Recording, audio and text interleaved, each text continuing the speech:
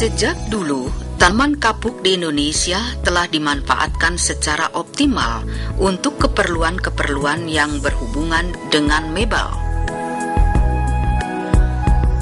Tetapi kini serat kapuk sangat berperan dalam dunia penyiaran, studio atau akustik, helm atau pelindung kepala. Padahal serat kapuk merupakan serat lem yang memiliki sifat unggul karena ringan, lembut, dan mudah menyerap. Pemanfaatan serat kapuk terbatas untuk produksi rumah tangga, bantal, dan kasur. Peran serta kapuk sekarang telah digeser oleh busa sintetis yang tidak ramah lingkungan. Keunggulan serat kapuk tidak hanya untuk bantal dan kasur, tetapi perkembangan selanjutnya bermanfaat untuk keperluan studio penyiaran, studio rekaman, tempat rapat, untuk mengontrol akustik di dalam ruangan, dan untuk kabin penumpang. Serat kapuk dimanfaatkan pula sebagai lapisan penahanan goncangan pada helm.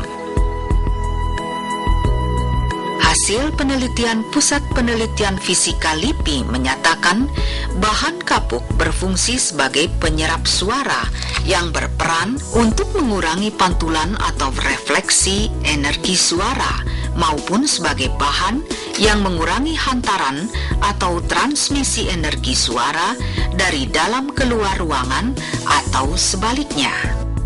Kapuk ini ringan dan poros, maka saya coba bisakah digunakan untuk peredam suara atau peredam dengung dalam suatu ruangan. Nah, saya coba dan saya bandingkan dengan glass wool, karena biasanya yang digunakan untuk akustik itu adalah glass wool. Saya buat suatu suatu kantong yang diisi dengan glass wool, kemudian ada kantong yang diisi dengan kapuk dengan kepadatan yang sama. Jadi kalau yang ada di pasaran itu glass wool itu tebalnya adalah 5 cm. Nah, ini juga saya buat suatu kantong seperti bantal begitu. Tebalnya juga setebal glass wool ini. Maksudnya supaya dalam pengujian nanti saya bisa membandingkan. Nah, dalam uji ini itu diperlukan luas 10 meter persegi. Namun sebelumnya juga sudah saya ukur dengan uji absorpsi yang lebih sederhana, yaitu yang tidak usah menggunakan luas, tidak usah menggunakan bahan yang seluas 10 meter persegi ini. Nah, jadi sebelum itu saya uji dengan koefisien absorpsi normal, artinya bahwa sumber suara itu diberikan atau diaplikasikannya itu secara tegak lurus. Itu sudah diuji dan menunjukkan hasil yang cukup baik dan memungkinkan untuk eksploitasi lebih lanjut gitu. Nah, jadi selanjutnya saya buat yang luas 10 meter persegi ini untuk uji koefisien alfa random, artinya sumber suara atau bunyi itu tidak diarahkan hanya secara tegak lurus, tetapi segala arah, sebagaimana kalau kita berada di suatu ruang auditorium misalnya, itu kan bunyi tidak tegak lurus saja tapi ke segala arah. Itu yang disebut koefisien alfa random.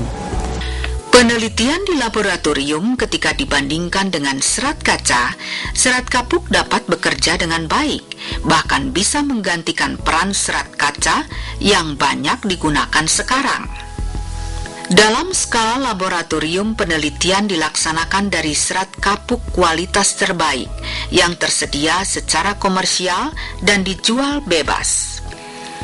Bahan pengujian koefisien absorpsi acak dibuat dari serat kapuk urei yang disimpan di dalam kantung tekstil ukuran 120 kali 120 cm persegi dengan ketebalan 5 cm.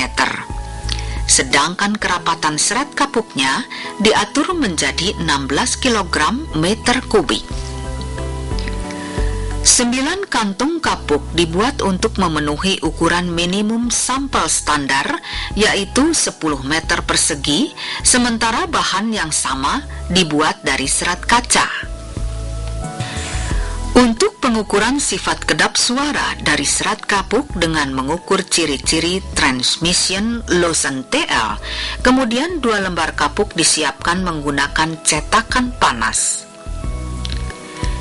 Ketebalan dari setiap lembar serat kapuk diatur 2,5 cm, lebar 90 kali 90 cm persegi, kemudian dipotong menjadi 69 kali 69 cm persegi, yaitu untuk memenuhi ukuran jendela bahan pengujian pada deretan transmission Lawson. Kerapatan massa bahan pengujian berturut-turut adalah 100 kg per meter kubik dan 200 kg per meter kubik. 2 bahan pengujian lain dibuat dengan menyelipkan masing-masing bahan uji dengan papan triplek pada ketebalan 3 mm dan bahan yang serupa ini diisi dengan serat kaca berukuran 18 km per meter kubik diukur sebagai perbandingan. Setelah itu dilakukan metode pengujian koefisien absorpsi dan transmission Lawson pada serat kapuk dan serat kaca mengacu kepada standar ISO 354 tentang pengukuran absorpsi dalam sebuah ruangan gema. Sementara pengukuran TL dilakukan dalam deretan TL mini yang tidak sepenuhnya sesuai dengan standar volume yang ditentukan oleh standar ISO nomor 717. Pengukuran koefisien absorpsi dilakukan dalam sebuah ruangan gema skala penuh dengan pengukuran waktu gema ruangan tanpa bahan pengujian koefisien absorpsi, kemudian menghitung perbedaan kedua waktu gema yang diselenggarakan dalam 1 pita oktav. Pengukuran pada transmission Lawson TL melalui tingkat tekanan suara di dalam ruangan asal atau sumber dan ruangan penerima. Dari 3 parameter ini, TL-nya dapat dihitung, sedangkan pengukuran dilakukan dalam 1/3 pita oktav.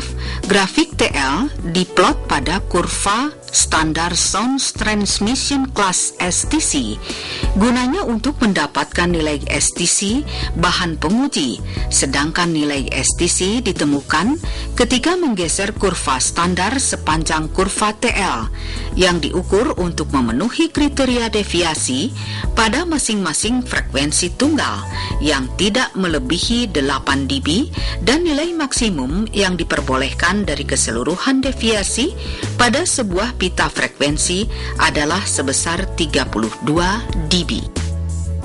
Hasil koefisien absorpsi acak dalam layar monitor ini setelah diuji, maka serat kapuk pada frekuensi menengah rendah 150 sampai 800 Hz. Nilainya lebih tinggi dari serat kaca, sedangkan untuk frekuensi yang lebih tinggi dari 800 sampai 4000 Hz, serat kapuk lebih rendah dari serat kaca. Hasil ini menunjukkan bahwa serat kapuk prospektif sebagai pengganti serat kaca.